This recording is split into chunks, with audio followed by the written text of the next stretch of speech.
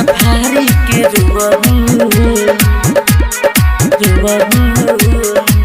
जाता रुमारी अब हमारा के ठोकर जाने जाने कही अब हो तो बड़ू होकर जाता रुमारी अब हमारा के ठोकर जाने जाने कही अब हो तो बड़ू होकर कबले जान तू अति के बिया बोआबू चहिया भतार संगे सुअबू पुक्का फारी के रोअबू प्यारी अपना किस्मत से खोअबू पुक्का फारी के रोअबू। म्यूजिक डायरेक्टर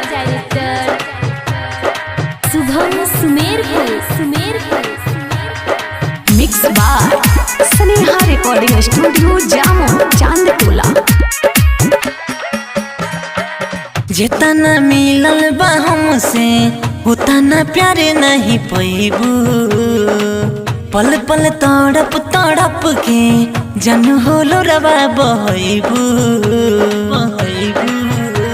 ई दिलावा तोहरो दुखाई तो बुझाई हमर बतिया जइबू तू डरबू पहर काली रतिया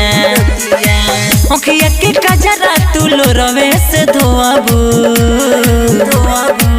चहिया भतार संगे सोअबू पुक्का फारी के रोअबू प्यारे अपना किस्मत से खोअबू जाने रहिया तू जोहबू। म्यूजिक डायरेक्टर शुभम सुमेरपुर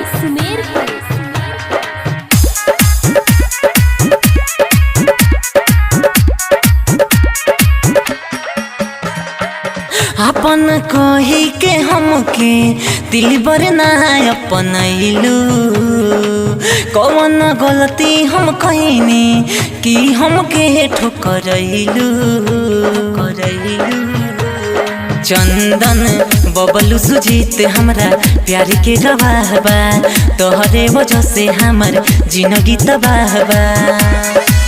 रितेश बलमुओ के दिल से तू खोअबू चहिया भतार संगे सोअबू पुक्का फारी के रोअबू प्यारे अपना किस्मत से खोअबू रह हमारे तू जोहबू। Mix by Sneha recording studio.